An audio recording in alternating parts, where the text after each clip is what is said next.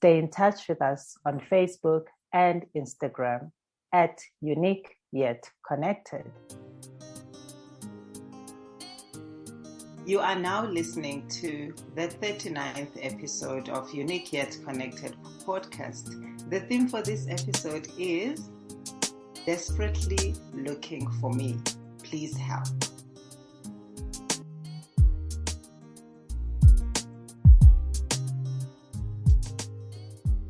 Hello, brilliant souls in and around the world. Nolitha Fenton is my name and Dolokas is my clan name, and this is episode 39. A warm welcome to Unique Yet Connected podcast, where we treat our episodes as mini workshops so you can best share the wisdom of systemic family constellations. Thank you for joining our movement of translating this wisdom into a practical language that all of us can easily understand and, most importantly, implement in our daily lives. The theme for this episode is Desperately Looking for Me. Please help. Remember, when you comment, ask questions, like, and share our content and links, you help us grow together. And there wouldn't be a podcast without you, myself, Kinga, Nick, the ones who came before us, and Bert Hellinger, the founder of the work that is most fulfilling for Kinga and I. And as always, Kinga's on the other side of the virtual. Hi, Kings. Hi, thank you, Noli. Hello, dear listeners and co-editors. Yes, dear listeners, keep sharing this knowledge because it can change lives for the better. Thank you for your contribution in helping us to be chosen into the top 10 South Africa family podcasts by Feedspot. And you are, as always, our inspiration in building and opening up the theme about the laws of love and romantic relationships. Please continue to share your questions, comments, and insights on uniqueyetconnected@gmail.com and on WhatsApp 076-289-6670. Join our monthly virtual connection circle every last Tuesday evening of the month. To receive your links, subscribe on our website www.uniqueyetconnected.com or check for updates on our socials at Unique Yet Connected. Or they can simply drop us a WhatsApp message, Kings, so we can share the link with them. Again, our WhatsApp number is 076-289-6670. We are still opening up the signs of codependent behavior. A lot has come up, and I've been unraveling for the past few episodes. I'm still processing, and I think I'll continue to process even after we finish the codependent phase. Dear listener, if you need support in any way during your processing time, remember we are here for you. Right, Kings? Yes, we are definitely here for you, and you can contact us on whichever channel suits you the best, via our website, email, WhatsApp, or just drop us a message on our socials, and we will respond to you. We are here to answer your question in the best way we can. Now back to the episode. So we've been working with the signs of codependency for quite a while now, and we have established in the previous episodes that people can exhibit codependency in different ways and in varying levels. In this episode, we carry on reading through and discussing the list of the signs of codependent behavior by Erica Swinley. We asked you in the previous episode to start to assess your level of codependency by the criteria of whether this feels very much like me, or a little bit like me, or not at all like me. You can scale them between 1 and 10, 1 being not at all like me, and 10 exactly like me. So if you haven't already done so, then pause the podcast and bring your notebook and just start to give your 1 to 10 numbers while I'm reading the list. So let's read through again the list and some signs of the codependent behavior. Let's continue to measure ourselves, dear listener. My pen and paper is ready here. Let's all fill into what comes up as we go through the list and the episode. Take it away, Kings. So here it comes. Lacking boundaries between yourself and others. Blurring lines in relationships. You struggle to see where you end and the other person begins. Feeling low self-esteem. Fearing rejection and abandonment. We have worked through these points in episode 35, and you are welcome to go back to the episode to listen to them. And then in episode 36, we looked at apologizing or accepting blame to avoid conflict, being who someone else wants you to be, ignoring your own needs, putting other people's needs before your own, anticipating and reacting to someone else's needs, which may be perceived accurately or not. So this one was a big one. It took us 2 episodes to crack this one in episodes 37 and 38. Now here we are by episode 39, and we're starting with the point, feeling like you have lost your sense of self.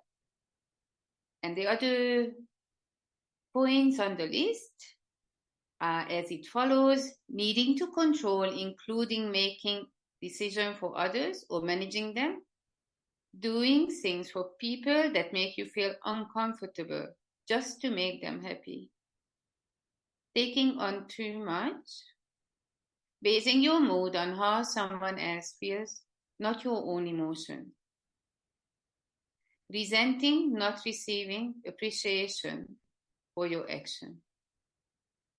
I must say, at first I was intimidated by the list and felt quite anxious about recognizing my codependent behaviors from the list. But in this episode, I feel a sense of surrender and embrace towards the list. Whatever codependent behavior skeletons that are still lurking, I'm okay with them.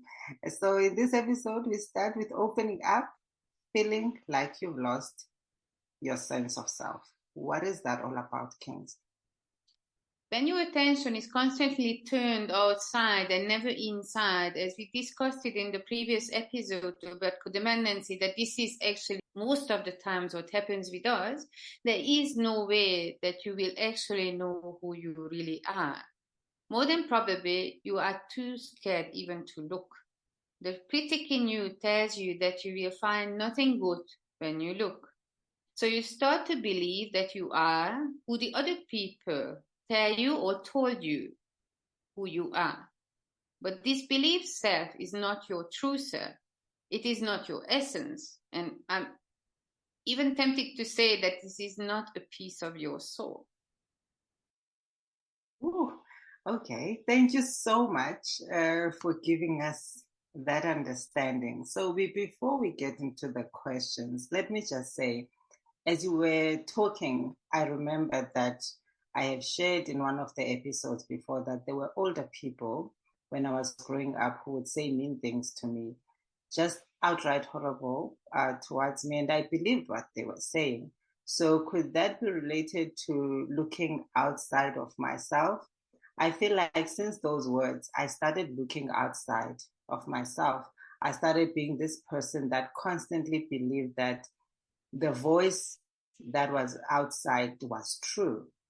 So I started caring more about what were thinking of me. If I do this, what would people say?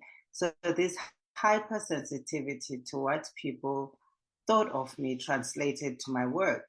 So as a creative, you constantly have to put yourself out there. So if someone saw my work and they didn't like it, or they really responded in a negative way, it affected me so much. I started pulling back because the feedback was very important to me and in my line of work. So I started to unconsciously create a block to expressing myself. So I think it just came through to me now that I lost my creative voice, vision, and self because I blocked myself. I didn't want to hear feedback. So, wow. Yeah, you had just a big insight into what might be happening inside you. and with losing yourself. So just on another note, positive feedback is very important to all of us. That is actually one of our love languages. So it is important for us to feel loved, to get back words of affirmation from the people whose opinion matters to us. Positive feedback builds us up and makes us stronger. Of course, it is a different thing when we become fully dependent on receiving positive feedback. If I understood right what you were asking, but I'm just assuming, is why would I turn outside instead of turning inside? How does losing oneself happen? And yes, we talked about it. When we are not loved for who we are and constantly being fixed by others and being told that we are not good enough as we are, what is important for us, it is not important for others. Maybe we were made to feel a little bit stupid because we didn't know as much as our older siblings or our parents or cousins. And we started to feel that I am not a clever person and I'm unable to learn, which has nothing to do with the truth. But still we are now limiting ourselves to live up to this persona who has a difficulty with learning. And we stop trying to change the picture about ourselves in our head. Another example is when we became emotional support for a parent at an early age, the child fills the void in the parent by taking on a role that stabilizes the parent. This role becomes so cemented into the child's identity that the child starts to believe that this role is who he is. And these are big things. You know, if we would be loved for who we are, as we are, and fully accepted, we could give the same acceptance back to others. Life could be totally different. Instead of being full of strict rules, we would guide each other with love and acceptance. And it is beneficial, even for a small child, to be allowed to learn to make some decisions in his life, like little decisions. Not feeling safe when we are children could also be a big contributor in learning to always turn our attention towards the outside and stop listening to ourselves. There is no way, if we have been abused, molested, or if something happened like what happened with you, that you had to run away from violence and war. And even when you were at home, you couldn't be sure that there was safety and security. In this situation, there is no way you can stay calm enough to listen to yourself because you have to constantly look outside to make sure that you don't get hurt. Yeah. Wow. Okay. So what I'm hearing from you is that there are a lot of other factors that can make us look outside of ourselves. So you just mentioned the safety thing, the constant running away. So I have a little bit of that as well, of, just the running from seeing the violence around me during the apartheid era in South Africa. So I'm not sure how much of that has made me look outside, but what I've heard is that it could be a contributor as well. So thanks, Kings. Yes, definitely. And the main thing here is that when something happens to us as a child, and as a result of this, we end up not knowing who we are, we allow the outside to tell us who we are instead of taking pleasure in getting to know ourselves. I love that, taking pleasure to getting to know ourselves. So before we move on, let me pitch in. You once mentioned something about if our parents were loved for who they are, they would have been able to love us for who we are. So for me, it's like no one knew how to show us or guide us to look inside. And this is based in my current experience where I'm observing other parents, and also as a bonus parent, I see that it's not it's not automatic at all that to love children for who they are and also to guide them in their essence, like you were saying. So, yeah. I mean, I would like to show you if I would told you that I know how to do this in practice. I haven't seen it, but I've seen working with adults. I've seen that most of us adults who were hurt by not being loved for who we are, then this is what we see, that it comes back. So there is an opportunity actually available to us as an adult to go back and heal the hurts and to get the love we needed so desperately when we were little. Who is the most equipped to give us the love that we need? It is actually ourselves, because subconsciously we know exactly what we need. And even for our parents to understand what we need exactly was a difficult task. Why? Because they are outside of us, and even though we came through them, they are not us. So they do the next best thing and give us what they believe we need. They try to give us the circumstances that, according to them, are the best way for us to become adults, the way that is the most beneficial for us. I'm not talking about here about abusive parents who came from such a line of bad parenting that they don't even have the basic understanding of what it means when you bring a new life into this life.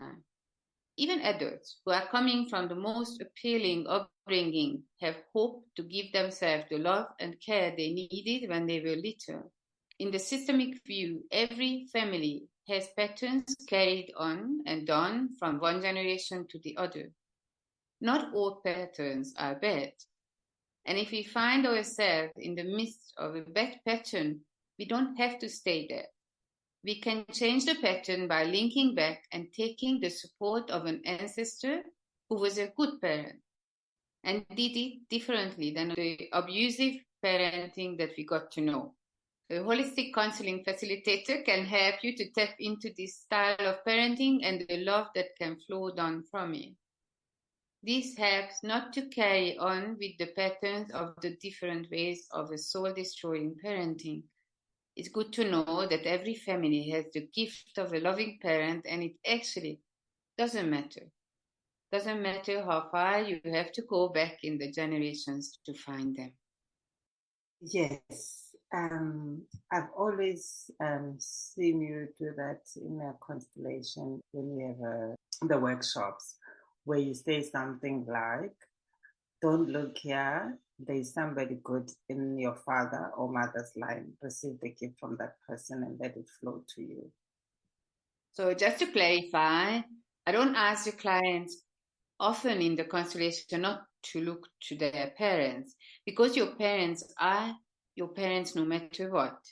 It mainly happens when the child has no business in getting involved and taking on responsibility for what happened between the parents. So then I might ask them to turn away. Yes, it can happen that we are not going to be able to use the way they parented us, like our parents, as a resource.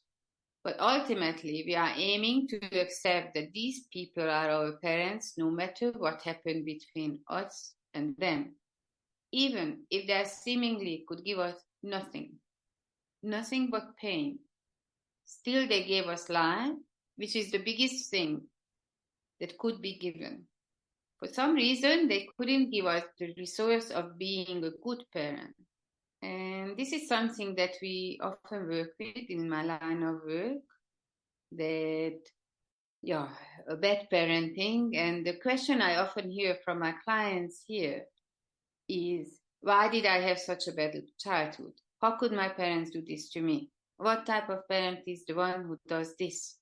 Who am I if my parents didn't love me enough not to hurt me? What I really love about the systemic work is that it helps us to understand that there is a reason behind why they behaved like that. And that reason is not that something is wrong with us. It's coming from somewhere else. Thank you so much for clarifying that, Kings. There is always a root cause. And yes, so now getting back to the root cause, let's hear more from you. Sorry, before we move on, I just wanted to mention one thing.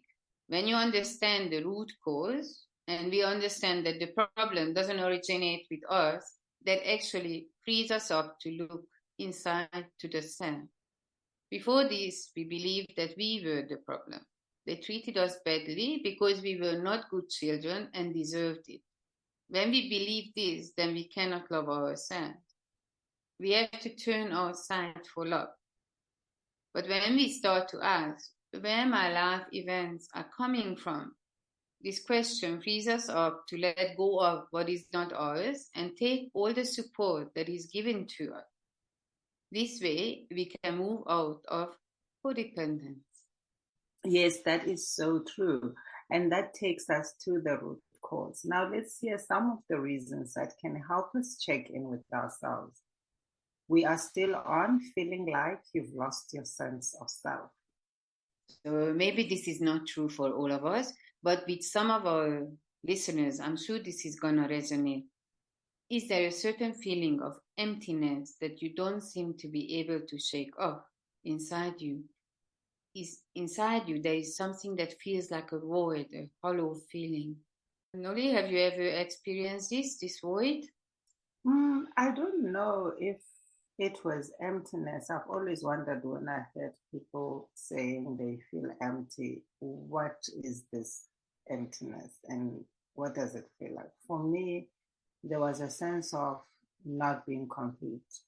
And my question then is, can emptiness feel like not being complete? Are those two different things?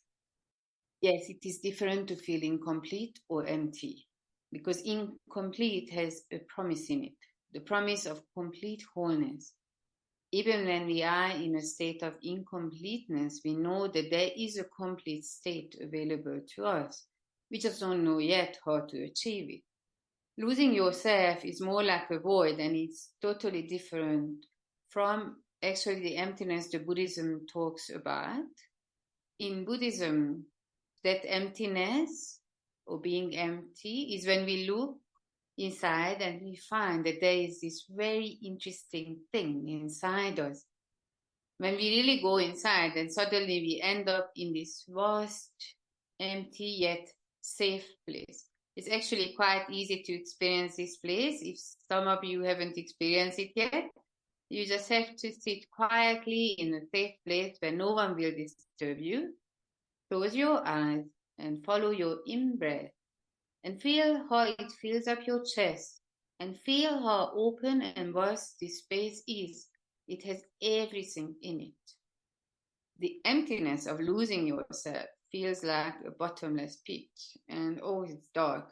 Our life feels so pointless that there is no need for us to be in it. We are not a gift to life, and life is not a gift to us.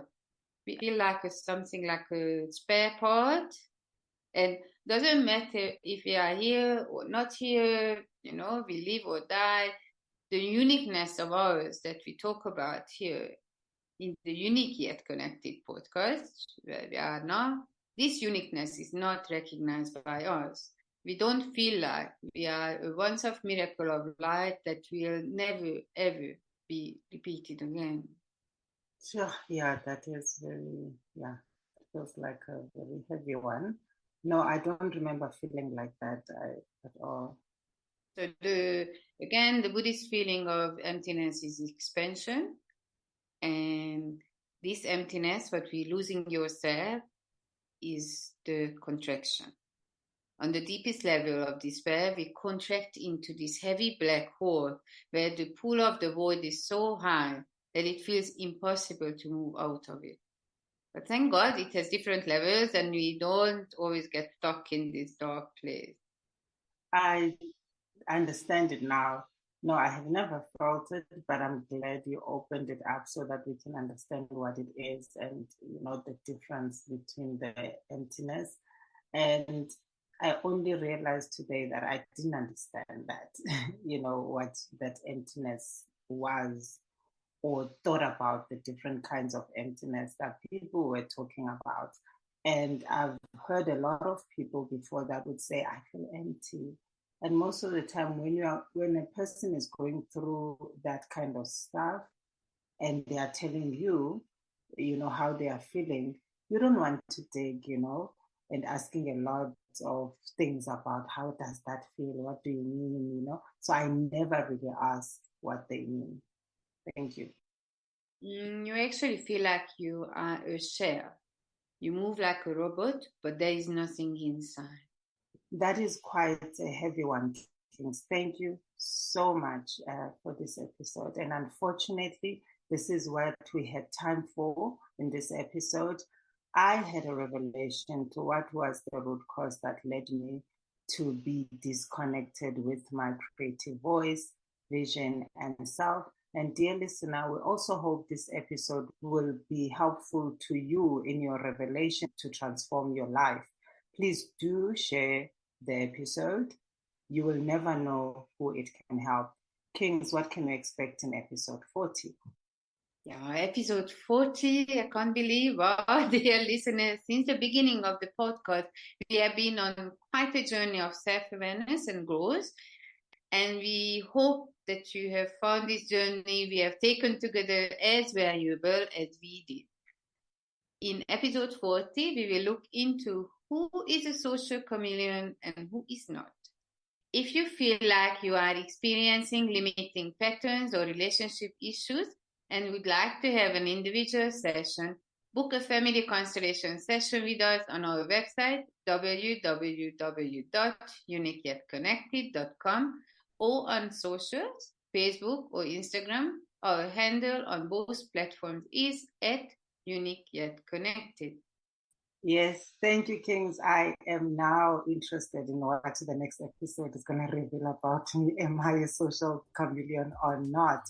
Thank you for listening to our 39th episode. And another big thank you to Nick Mons from That Guy Productions for making us sound fabulous and on point. And that is why we are on the top 10 Best South Africa Family Podcast. Our 40th episode is in 2 weeks' time from now. Tune in on the 18th of February 2024 from 10 a.m. South African Standard Time.